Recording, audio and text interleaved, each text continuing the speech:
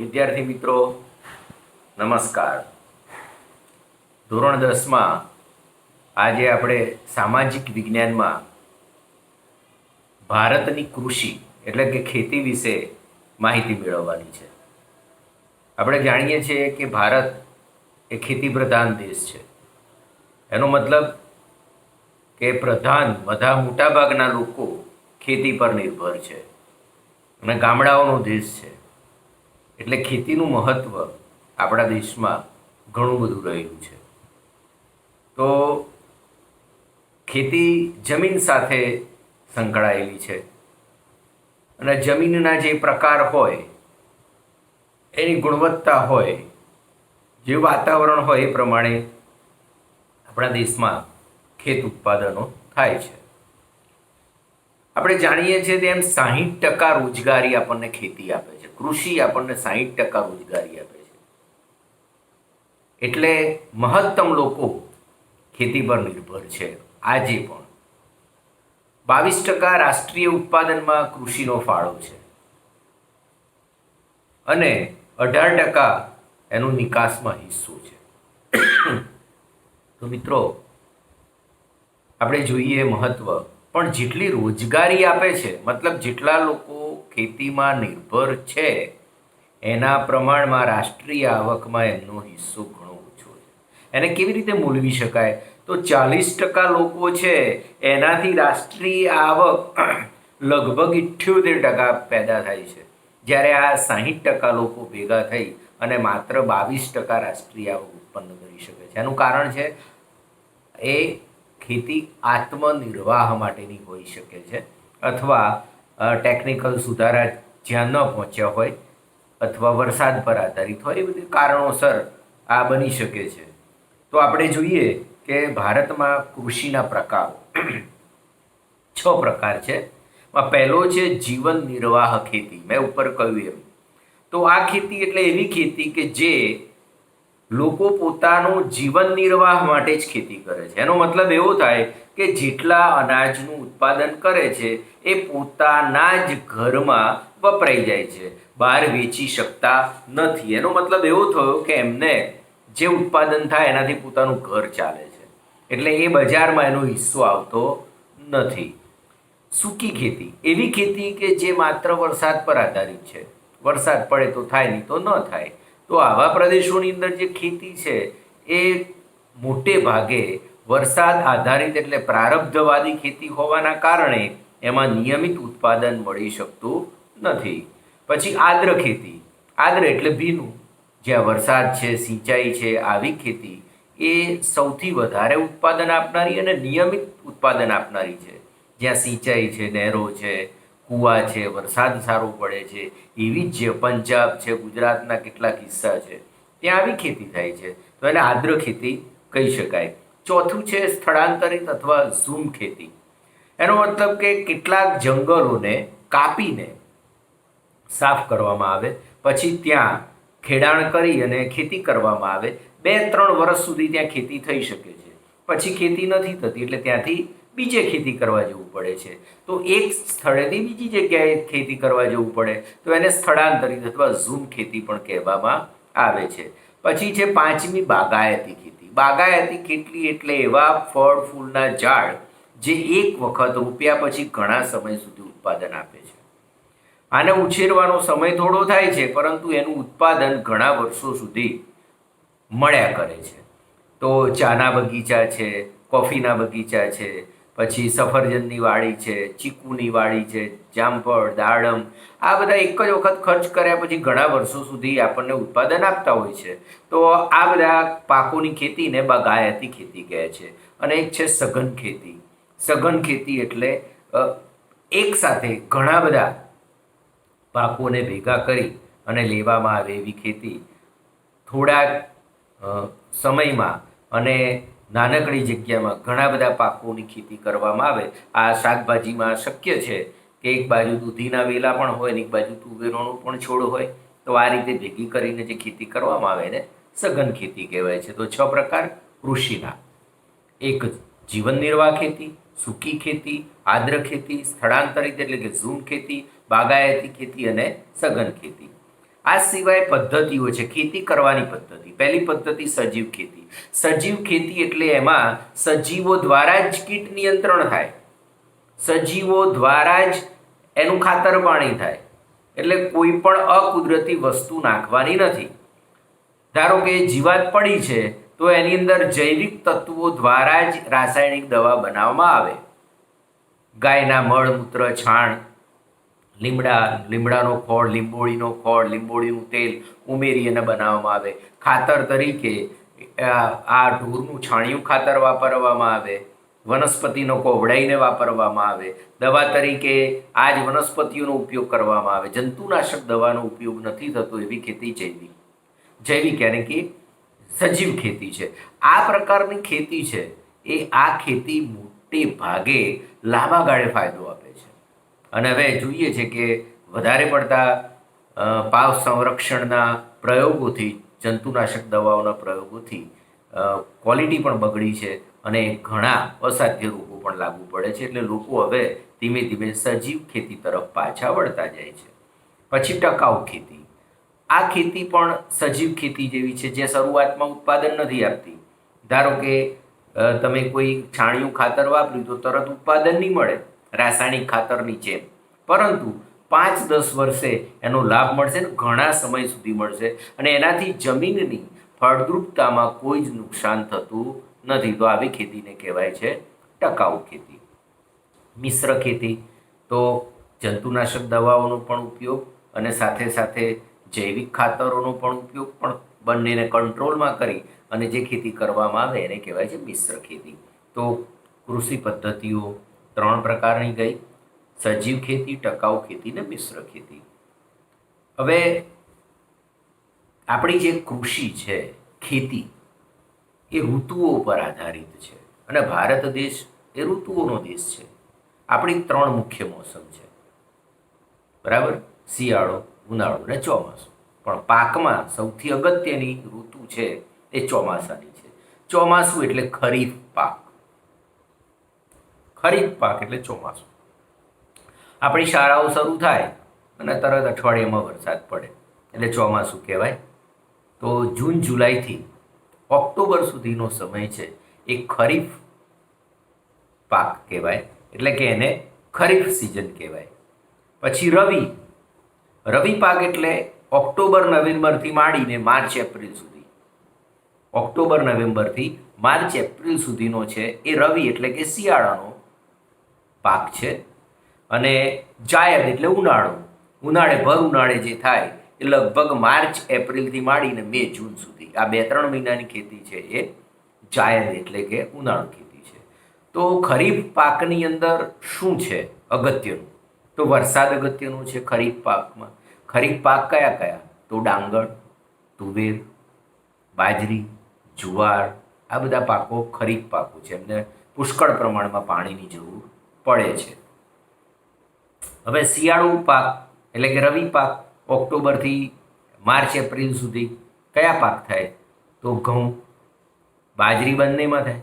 ઘઉં, બાજરી, ચણા, જવ, સરસો, પછી રાઈ, આવા બધા પાકો છે એ શિયાળામાં થાય છે.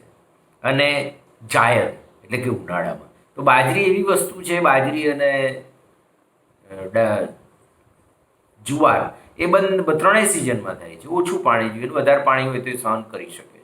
તો જુવાર, બાજરી, તદુપરાંત તરબૂચ, શક્કરટેટી, આ બધા પાક છે એ ઉનાળામાં થાય છે. તો 3 ઋતુઓ પ્રમાણેના પાક: રવિ, જાયદ અને ખરીફ. તો રવિ એટલે શિયાળાનો પાક, જાયદ એટલે ઉનાળાનો પાક અને ખરીફ એટલે ચોમાસાનો પાક. હવે મુખ્ય પાકો. તો પહેલાં ધાન્ય પાકો જોઈએ. ધાન્ય એટલે જેને આપણે રાંધીને સીધા ખાઈ શકીએ છીએ એવા, બરાબર? તો ડાંગર એટલે કે ચોખા, ઘઉં, બાજરી, જુવાર, મકઈ, આ બધા ધાન્ય પાકો કહેવાય. પછી બીજા તેલીબિયાના પાકો આવે કે જેની અંદર મગફળી છે, સરસ્યું છે, એરંડિયા છે, આ બધા એ પાકો છે. તો જોઈ લઈએ. સૌથી પહેલું ડાંગર. ડાંગર ટોટલ વાવેતરના 25% ભાગમાં ડાંગરનું જ વાવેતર થાય છે. અત્યારે ડાંગરનું વાવેતર થઈ ગયું છે. તો આ ડાંગર એ 25% ભાગમાં ડાંગરનું વાવેતર થાય છે. એને 100 સેન્ટીમીટરથી વધારે વરસાદ જોઈએ છે. અને મોટે ભાગે એ પશ્ચિમ બંગાળ, જ્યાં વરસાદ વધુ પડે, પશ્ચિમ બંગાળ, પછી તમિલનાડુ, આંધ્રપ્રદેશ, બિહાર, ઓડિશા, આવા પર સમુદ્ર કિનારાના પ્રદેશોમાં, અને ખાસ કરીને ઉપર બિહારમાં, જ્યાં બહુ જ વરસાદ પડે છે. બિહારમાં વરસાદ પડવાનું કારણ શું? તો હિમાલયના કારણે જે ઠંડા પવનો છે ત્યાં રોકાય છે અને બિહારમાં ખૂબ વરસાદ પડે છે, તો ત્યાં ડાંગર થઈ શકે. તો ડાંગર એ મુખ્ય ખરીફ પાક છે અને ભારતના કુલ વાવેતરના 25% વાવેતર ડાંગરનું કરવામાં આવે છે. હવે ઘઉં, બીજો અગત્યનો અને બહુ જ મહત્વનો પાક. ઘઉં વગર કોઈને ચાલતું નથી. ઘઉં 1/3 ભાગમાં એની ખેતી થાય છે. એટલા 1/3, 1/3માં, 33%માં. આ રવિ પાક છે. એને કાળી ફળદ્રુપ ગોરાડું જમીન જોઈએ છે. બહુ પાણી ભરાઈ રહે એને ગમતું નથી. 75 સેન્ટીમીટર સુધીનો વરસાદ કાફી છે. અને હરિયાળી ક્રાંતિ બાદ ઘઉંનું ઉત્પાદન આપણે બહુ જ પુષ્કળ બમણું કરી દીધું છે. પંજાબને ઘઉંનો કોઠાર કહેવામાં આવે છે, કારણ કે સતલુજ નદી પર જે ભાખરા નાંગલ બંધ બાંધવામાં આવ્યો છે એના કારણે ઘણી બધી જ નહેરોથી આ ખેતી થઈ શકે છે. એટલે ઘઉં પંજાબમાં પુષ્કળ પાકે છે, એટલે પંજાબને ઘઉંનો કોઠાર કહેવામાં આવે છે. એ સિવાય મધ્યપ્રદેશમાં, રાજસ્થાનમાં, ગુજરાતમાં અને મહારાષ્ટ્રમાં પણ ઘઉં થાય છે. લગભગ જ્યાં બહુ જ વરસાદ નથી પડતો એવા બધા જ પ્રદેશોમાં ઘઉં થઈ શકે છે શિયાળામાં રવિ પાક તરીકે. ઉપરાંત જોઈએ કે ગુજરાતમાં ક્યાં, તો ગુજરાતમાં ભાલ, આપણે ભાલિયા ઘઉં નામ સાંભળ્યું છે ને, એ ભાલિયા ઘઉં ભાલ પ્રદેશમાં થાય છે. એ ભાલિયા ઘઉં એટલે કે ભાલ પ્રદેશ, મહેસાણા, રાજકોટ, જુનાગઢ, આ બધા પ્રદેશોમાં પણ ઘઉં થાય છે. ત્રીજો પાક છે જુવાર. જુવાર એ થોડો ઓછો વપરાતો પાક છે, પરંતુ જુવારની ટકાઉ શક્તિ સારી હોવાથી લગભગ દેશના મોટાભાગના વિસ્તારોમાં જ્યાં વરસાદ ઓછો થાય છે ત્યાં જુવાર થાય છે. અને વરસાદ એક ખરીફ અને રવિ બંનેમાં થઈ શકે છે. અને એને 20 થી 30 ડિગ્રી તાપમાન અને 50 સેન્ટીમીટર સુધીનો વરસાદ એને અનુકૂળ આવે છે. બાજરી એક્ઝેક્ટ જ્યાં બાજરી થાય ત્યાં જુવાર થાય, જુવાર થાય ત્યાં બાજરી થાય. બંનેને સરખું ક્લાઇમેટ ગમે છે, એટલે એ પણ 25 થી 30 ડિગ્રીના તાપમાનમાં થાય છે અને 40 સેમી સુધીનો વરસાદ એને ઘણો થઈ ગયો. તો એના માટે ક્યાં સૌથી વધુ થાય છે, તો રાજસ્થાન, ગુજરાત, ઉત્તર પ્રદેશ અને મહારાષ્ટ્ર, આવા વિસ્તારોમાં આ જુવાર અને બાજરી થાય છે જ્યાં વરસાદનું પ્રમાણ ઓછું હોય ત્યાં. મકાઈ ખરીફ પાક છે. ખરીફ એટલે ચોમાસામાં થતો પાક છે.